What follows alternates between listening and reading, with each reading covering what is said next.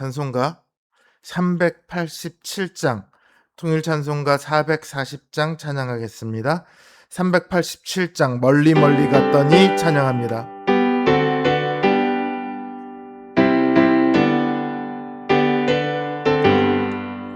멀리 멀리 저량하고 고나여 슬프고도 외로워 정처없이 다니니 예수 예수 내 주여 지금 내게 오셔서 떠나가지 마시고 길이 함께 하소서.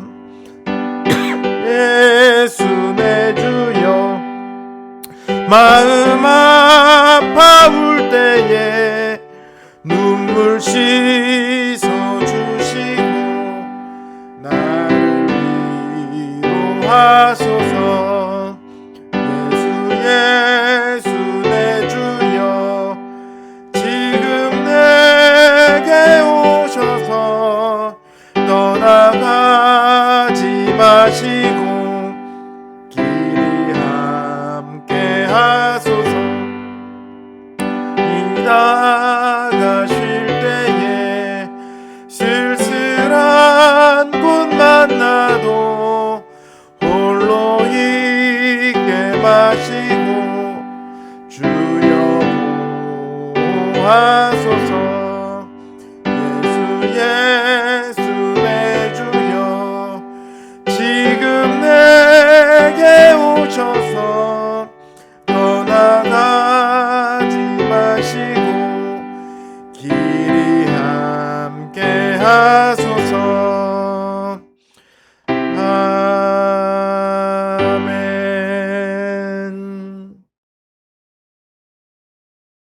찬송가 528장 예수가 우리를 부르는 소리 찬양하겠습니다. 528장입니다.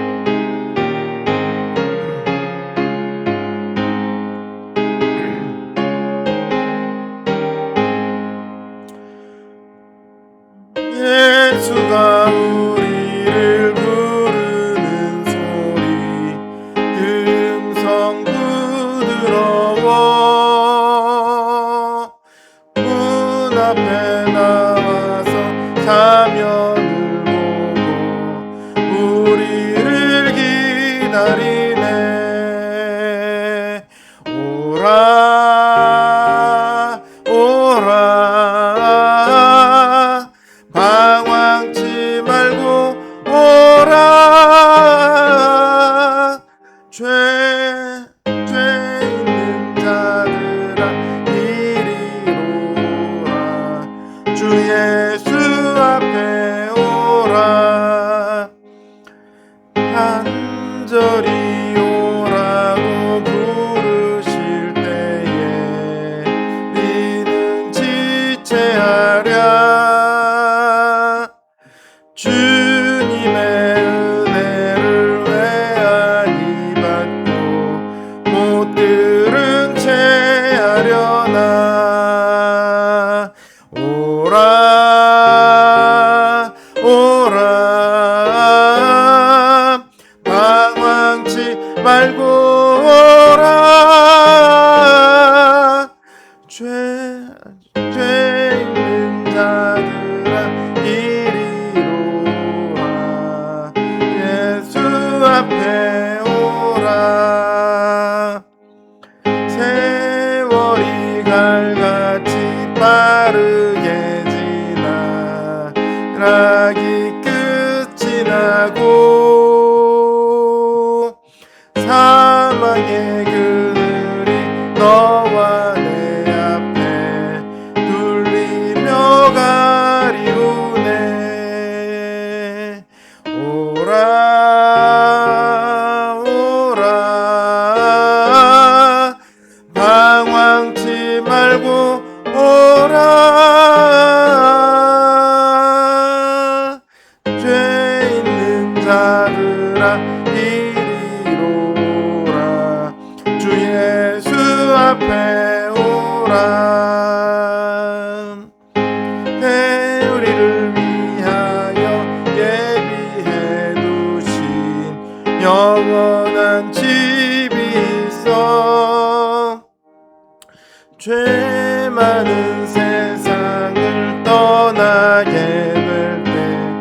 영접해 주시겠네.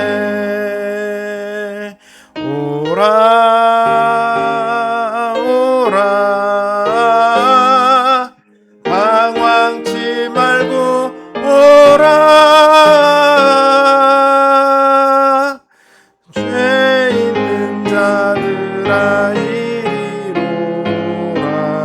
주 예수 앞에 오라. 기도합니다. 오늘도 우리를 아시고 우리를 살피시고 우리와 함께 하신 주님, 우리를 이곳으로, 이 기도의 자리로 불러 모아주심을 참으로 감사를 드립니다. 주님께서는 늘 우리가 주님의 품 안에 있으며 그 안에서 복을 누리기를 원하십니다. 그러나 주님, 우리는 완악하여 그 주님의 부르심보다 우리 내면의 옛사람의 소리를 더 크게 들을 때가 많이 있고, 세상의 유혹을 더 기쁘게 받아들일 때가 많이 있습니다. 오늘 하루도 우리는 수없이 많은 죄를 짓고 또 하나님을 생각하기보다 우리 자신을 위하여 살아갈 때가 많이 있었음을 고백할 수밖에 없습니다. 주님, 우리를 긍휼히 여기시고 이 시간 주님 앞에 나온 우리들에게 은혜를 베풀어 주셔서 우리의 마음이 더욱더 주님 앞에 온전해지도록 하여 주시옵소서. 주님의 음성에 민감해지기를 원합니다. 주님의 음성을 그 무엇보다 우리 삶의 우선으로 삼게 되기를 원합니다. 주님, 우리의 마음을 붙들어 주시고 우리의 삶이, 우리의 믿음이 주님을 향하여 더욱더 나아가도록 주님 함께하여 주시옵소서. 이 시간 주님을 의지하고 나온 우리의 모든 기도 제목들 주님 들어주시고 이 기도 위에 기도하는 심령들 가운데 평안함을 허락하여 주시옵소서. 예수님의 이름으로 기도드립니다. 아멘.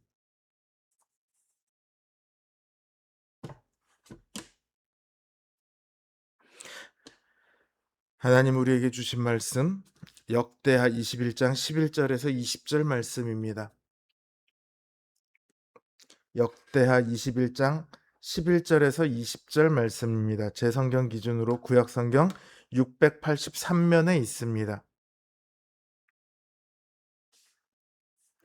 역대하 21장 11절에서 20절 말씀 제가 받들어 읽습니다.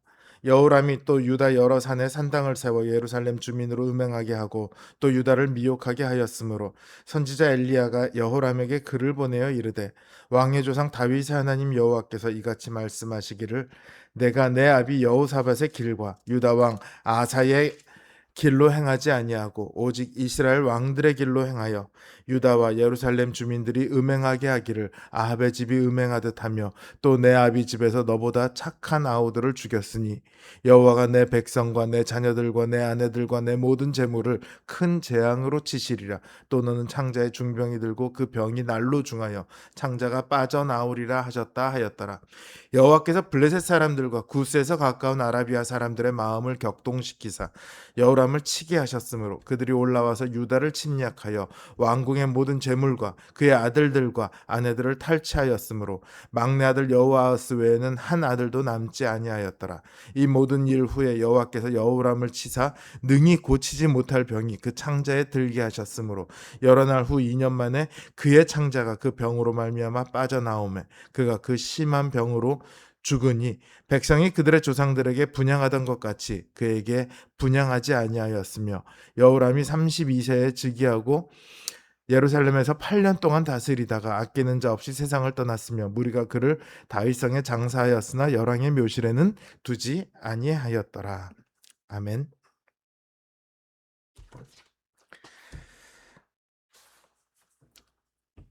대부분의 사람들이 병원 가는 것을 싫어합니다. 병원 중에서도 특히 가기 싫어하는 병원이 치과라고 하죠. 이건 우리나라만 그런 게 아니라 전 세계 사람들이 다 그렇답니다. 그래서 공식적으로 치과 공포증이라는 명칭이 있을 정도라고 합니다. 그렇게 싫어하는 치과지만 가야만 할 때가 있습니다. 충치 때문에 치아가 아프면 별 수 없죠. 원래 치아의 통증은 다른 통증과 비교할 수 없이 더 심하다고 그렇게 말하잖아요. 그러니까 아프면 어쩔 수 없이 치과를 가야 합니다. 그런데 통증을 견디다 못해 치과를 찾았을 때는요, 의사로부터 "이미 늦었습니다. 라는 절망적인 말을 듣게 됩니다. 우리가 통증을 자각했을 때는요, 치아 속이 이미 다 썩어버린 후이기 때문입니다. 우리가 죄로 인해 하나님께 벌을 받을 때도 비슷해요. 하나님께서는 우리가 죄를 지을 때마다 바로 벌을 내리지 않으세요. 수도 없는 경고를 미리 보내십니다.